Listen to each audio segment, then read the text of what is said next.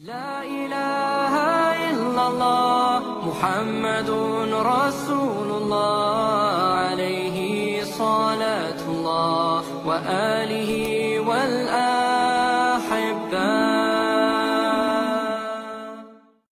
Kita tidak sadar hadirin, apa saja kesulitan dari asbab dosa-dosa kita.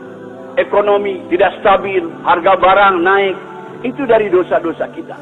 Kita paling pandai menyalahkan kepada penguasa, kepada pemerintah. Padahal disebutkan dalam hadis, naiknya harga barang itu berasal daripada dosa kita hadirnya. Semua harga-harga barang ini Allah yang atur. Jangankan perkara yang besar hadirnya mulia. Harga naiknya harga garam, cabai, bawang di pasar, itu berdasar ketetapan Allah. Tidak ada harga barang yang bukan ketetapan Allah. Apalagi barang-barang besar. Kita salah hadirnya mulia. Naiknya sesuatu harga barang, demonstrasi kepada lembaga tertentu, mengganggu masyarakat dan lain sebagainya. Sholat tidak. Tidak mungkin hadirnya yang mulia. Kata ulama, andai kata demonstran ini, demonstrasinya kepada Allah, masing-masing di rumahnya bangun di tengah malam, mohon kepada Allah, Allah akan turunkan ini harga. Tapi tidak mau, jangankan tahajud, sholat wajib saja dia tidak mau. Bagaimana Allah akan turunkan harga? Kita minta kepada lembaga tertentu yang tidak bisa menurunkannya. Sebab naik turun harga Allah, ketetapan Allah hadirnya.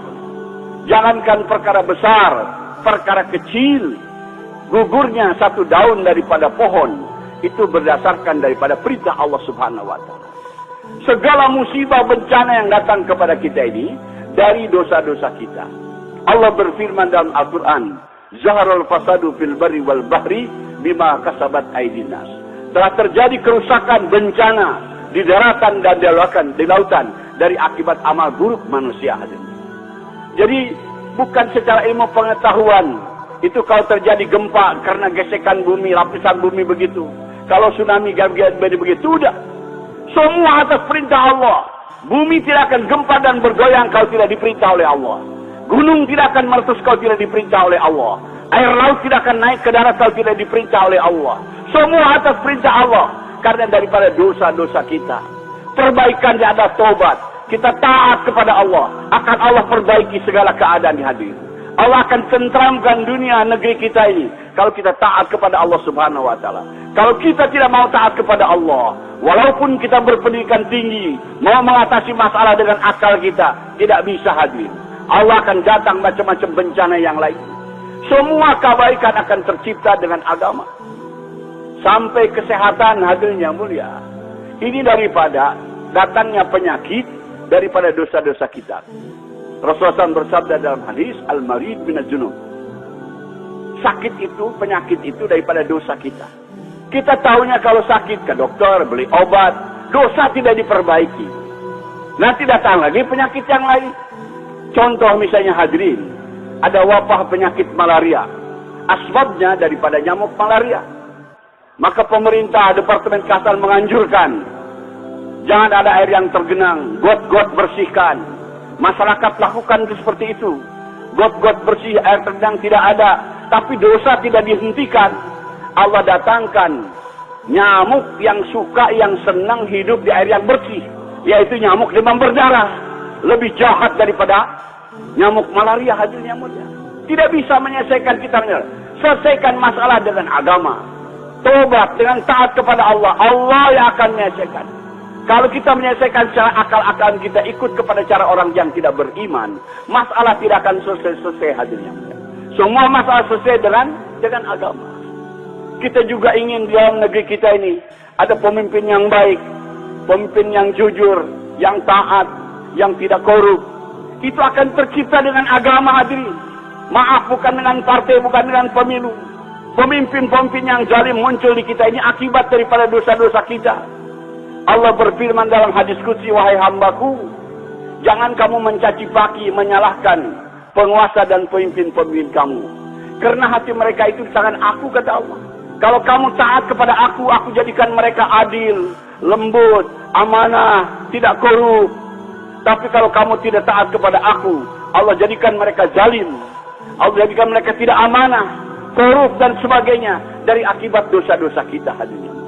Penting ketaatan kepada Allah. untuk menjaga segala sesuatu.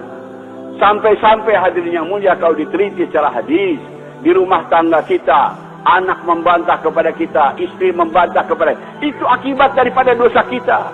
Jangan hanya pandai menyalahkan anak, menyalahkan istri. Perbaiki hubungan kita dengan Allah. Rasulullah SAW bersabda dalam hadis, "Man aslaha bainahu bainallah, aslahullahu bainahu bainan nas." Barang siapa yang perbaiki hubungan dengan Allah, Allah akan perbaiki hubungannya dengan sesama manusia. Kalau istri tidak menyalahkan kepada kita, anak tidak menyalahkan, jangan pandai menyalahkan mereka. Perbaiki hubungan kita dengan Allah. Perbaiki salat kita, perbaiki tahajud kita. Nanti Allah akan jadikan istri menyalahkan kepada kita, anak menyalahkan kepada kita. Kalau kita taat kepada Allah, seluruh lingkungan kita akan memberikan keserangan kepada kita. Sewaktu Nabi Musa alaihissalam menghadap Allah di lembah Muqaddas Tua, Allah bertanya kepada Musa, apa yang di kanan kananmu wahai Musa? Nabi Musa menjawab, ini tongkatku. Dan Nabi Musa menyampaikan manfaat daripada tongkat ini. Allah perintahkan lemparkan. Dilemparkan itu tongkat. Serta-merta itu tongkat berubah jadi ular yang menakutkan. Padahal tongkat ini mungkin dari bambu, dari kayu, benda mati. Tapi dengan kuasa Allah, dia berubah menjadi ular. Maka Nabi Musa takut, dia lari. Allah perintahkan tangkap. Karena ini perintah Allah, walaupun dia takut, dia hadap. Ditangkap, setelah ditangkap kembali menjadi tongkat kembali, hadirin yang mulia. Ini pelajaran kata ulama. Segala ada di sekitar kita ini seperti tongkatnya Nabi Musa. Istri kita, anak kita, jabatan kita, kekayaan kita, semua seperti tongkat Nabi Musa. Kalau kita taat kepada Allah, Allah akan jadikan tongkat. Tongkat itu lambang kemanfaatan. Ular itu lambang daripada kemadaratan. Kalau kita taat kepada Allah, semua Allah jadikan tongkat. Istri menyenangkan, anak menyenangkan, atasan menyenangkan, bawahan menyenangkan, kawan-kawan menyenangkan. Kalau kita taat kepada Allah. Tapi kalau kita tidak taat kepada Allah, semua dijadikan ular, hadirin. Istri jadi ular, anak jadi ular, menyusahkan maksudnya kepada kita. Atasan menyusahkan, bawahan menyusahkan. Maka jalan keluarnya adalah taat kepada Allah. Perbaiki hubungan kita dengan Allah.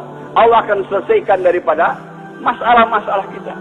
Hadirin, penyelesaian masalah bukan dengan kebendaan, tapi dengan agama, dengan ketaatan kepada Allah. Anak-anak muda yang tidak berpengalaman, hadirin, kalau melihat gadis cantik, dia mengatakan, alangkah bahagianya saya kalau punya istri, gadis secantik itu. Padahal ini tidak mutlak. Ada orang yang dibahagiakan oleh Allah dengan istri yang cantik. Tidak sedikit suami disusahkan oleh istri yang cantik, hadirin yang mulia. Itu bisa Allah jadi bawa, jadi bisa jadi tongkat, bisa jadi, tergantung kepada amal kita, hadirin yang mulia.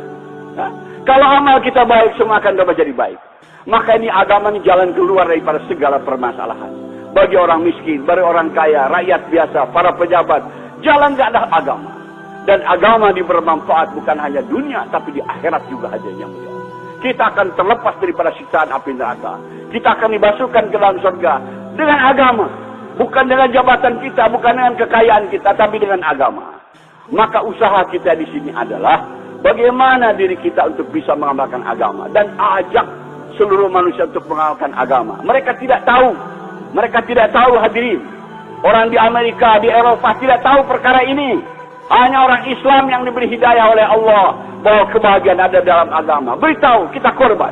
Mungkin orang tidak terima. Nabi-nabi juga begitu. Dipukuli, dipelototi, dicemburi. Bahkan dilempari, bahkan ada yang dibunuh. Demi memberitahu kepada mereka bahagia dalam taat kepada Allah Subhanahu wa Ta'ala.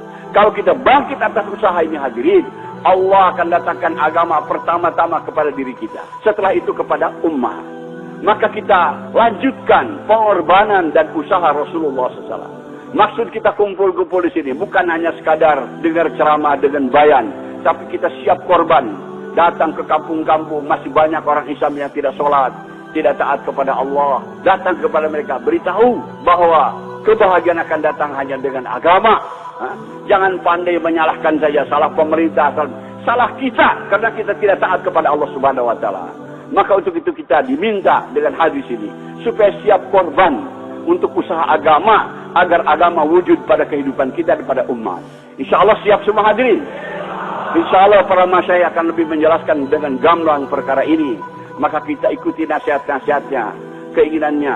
Maka agama akan datang kepada kita dengan ikut usaha daripada Rasulullah itu dakwah dan tabligh.